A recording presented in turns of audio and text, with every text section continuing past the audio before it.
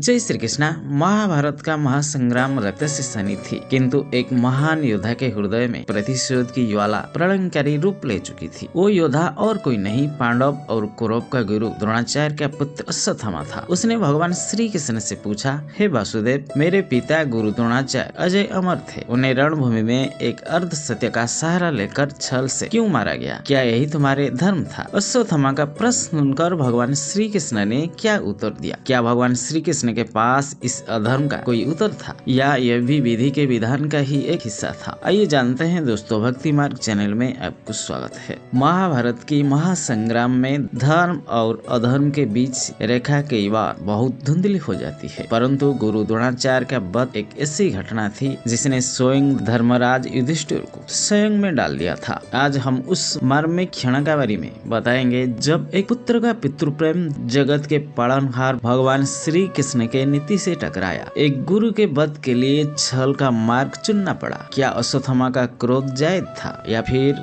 गुरु द्रोणाचार्य का वध एक विधि के विधान था और धर्म की स्थापना के लिए अनिवार्य था? महाभारत के युद्ध का 15वां दिन गुरु द्रोणाचार्य कुरुक्षेत्र में साक्षात काल बनकर टूट पड़े थे। उनकी प्रत्याशा से निकली बाण पांडव सेना का संहार कर रहे थे। ऐसा प्रतीत हो रहा था मानो आज सूर्यास्त से पूर्व ही पांडव का अस्तित्व मिट जाएगी। उस समय ना अर्जुन का गांडीव धनुष काम कर रहा था, ना भीम का गदा। गुरु द्रोणाचार्य उस समय रणभूमि में निर्भीक निडर अपारजय थे। उन्हें अस्त्र शस्त्र के बल पर परास्त करना असंभव था। तब रणभूमि के उस महासंग्राम बीच भगवान श्री कृष्ण ने पांडव को एक कठोर सत्य का भान कराया। उन्होंने कहा, हे पार्थ, जब तो गुरु द्रोणाचार्य के हाथों में शस्त्र है, उन्हें स्वयं देवराज इंद्र भी हरा नहीं सकता। यदि धर्म की रक्षा करना है तो आज हमें छल का आश्रय लेनी होगी। उन्हें शस्त्र त्यागने पर विवश करना ही एकमात्र मार्ग है। यही से उस महाछल की भूमिका रची गई थी जिसने इतिहास को रक्त रंजित कर दिया था। भगवान श्री कृष्ण की कूटनीति के अनुसार महाबली भीम ने मालवा नरेश इंद्रवर्मा के अश्वत्थामा नामक विशाल हाथी का अपने गदा के एक प्रहार से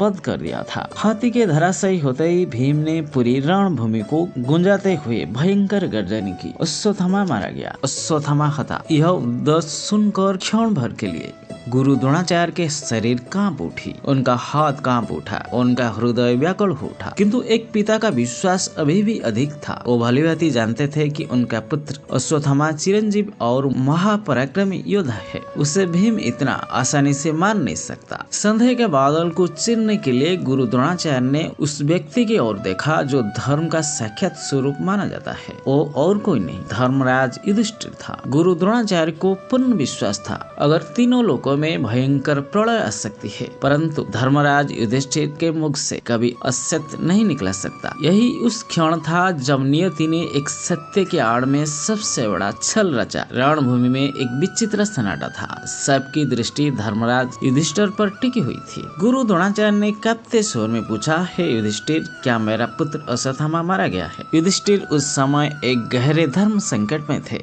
एक और गुरु का विश्वास था, दूसरी और धर्म की विजयी थी। अतः भगवान श्री कृष्ण के इशारे पर उन्होंने उच्च स्वर में कहा, अश्वत्थामा हत, और फिर धीमी स्वर में बुदबुदाए, नरोवा कुजरोवा, यानी नर हो या हाथी मुझे नहीं पता। किंतु उसी क्षण भगवान श्री कृष्ण ने अपना शंख बजा दिया। गुरु द्रोणाचार्य केवल अश्वत्थामा मारा गया ही सुन सके। यह समाचार गुरु द्रोणाचार्य के लिए किसी वज्रपात से कम नहीं था। पुत्र शोक में डूबे पिता का हृदय विदीर्ण हो गया। उन्होंने मर्माहत होकर शस्त्र त्याग कर दिया और युद्ध के बीचों बीच शांत होकर बैठ गया। एक महान योद्धा अब निहत्था हो चुका था। जिससे ही गुरु द्रोणाचार्य ने शस्त्र त्यागा और जमीन में बैठ गया। तब राजा द्रुपद के पुत्र धृष्टद्युम्न, जिनका जन्म ही गुरु द्रोणाचार्य के वध के लिए हुआ था, प्रतिशोध की ज्वाला में जल रहे धृष्टद्युम्न ने अत्यंत क्रोधित होकर हाथों में खड्ग लेकर सर से धड़ अलग कर दिया था। यह महाभारत का सबसे विभत्स और करुण दृश्य था। एक ब्राह्मण जो शस्त्र त्याग कर चुका था, उसका वध करना क्षत्रिय धर्म का विरुद्ध था। लेकिन महाभारत युद्ध में पांडव का तो विजय हुई, किंतु उस दिन मानवता का मस्तक लज्जा से झुक गया। गुरु द्रोणाचार्य का खून कुरुक्षेत्र की जमीन पर गिरते ही कौरव सेनाओं में हाहाकार मच गया। ये दुखद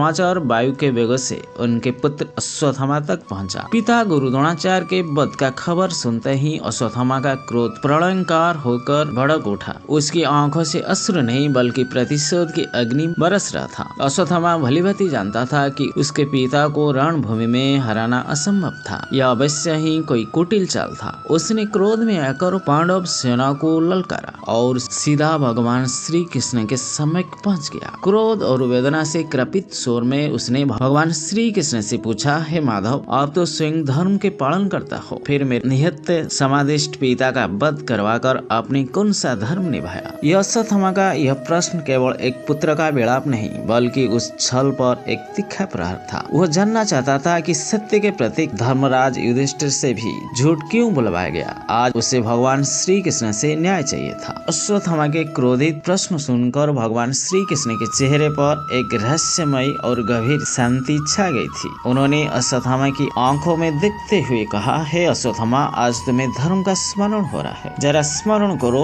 उस क्षण को जब 7 महारथियों ने मिलकर एक निहत्थे बालक अभिमन्यु को घेर कर मारा था। उस समय तुम्हारा पिता गुरु द्रोणाचार्य का क्षत्रिय धर्म कहाँ गया? जब भरी सभा में कुल वधु द्रौपदी का चीर हरण हो रहा था तब भी गुरु द्रोणाचार्य मौन होकर उस अधर्म के साक्षी बने रहे। फिर भगवान श्री कृष्ण ने शांत होकर कहा, जिस गुरु ने अधर्म का अन्न खाया और जो अधर्मियों की रक्षा के लिए ढाल बनकर खड़ा, उसका अंत धर्म युद्ध के नियमों से नहीं हो सकता। यह छल नहीं अश्वत्थामा, यह तुम्हारे पिता के कर्म का प्रतिफल है। जब रक्षक ही भक्षक बन जाए तो विधि को ऐसे ही मार्ग चुनने पड़ता है। भगवान श्री कृष्ण के इन तर्क ने अश्वत्थामा के घाव पर महरम लगाने के बजाय उनमें प्रतिशोध का घी डाल दिया। इससे लगा कि पिता की भूल की सजा इस प्रकार के छल से नहीं दी जा सकती थी। क्रोध में अंधा होकर अश्वत्थामा ने भयंकर गर्जन की और बोला, यदि धर्म का उत्तर अधर्म ही है तो अब पांडव का नाश सुनिश्चित है। उसने क्रोधित होकर भगवान विष्णु जी के परम शक्तिशाली नारायण अस्त्र चलाना शुरू कर दिया। देखते देखते नव मंडल अग्निबाणों से धरती कांप उठा। यह नारायण अस्त्र इतना विनाशकारी था कि किसी भी योद्धा के मन में युद्ध का विचार हो या जिसके हाथों में शस्त्र था, यह उसका अंत करने लगा। पांडव सेनाओं में त्राहिमाम मच गया। ऐसे लगा मानो आज कुरुक्षेत्र रणभूमि शमशान बन जाएगा। पांडव की सेनाओं को नाश होते हुए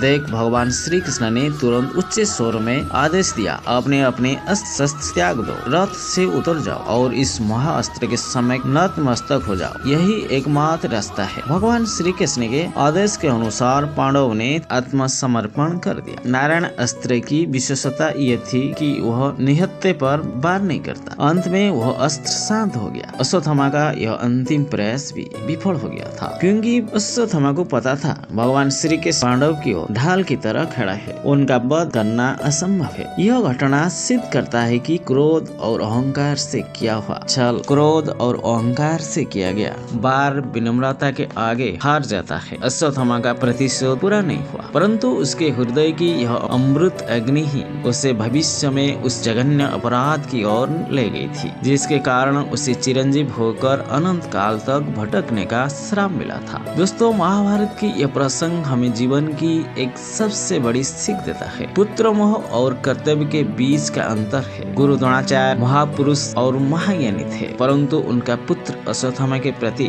अत्यधिक मोह ही उनकी दुर्बलता बन गया था। भगवान श्री कृष्ण ने यही सीखा है कि धर्म और सत्य किसी भी व्यक्तिगत रिश्ते से ऊपर है। दोस्तों, अगर हमारा वीडियो अच्छा लगे तो हमारा YouTube चैनल को सब्सक्राइब करें।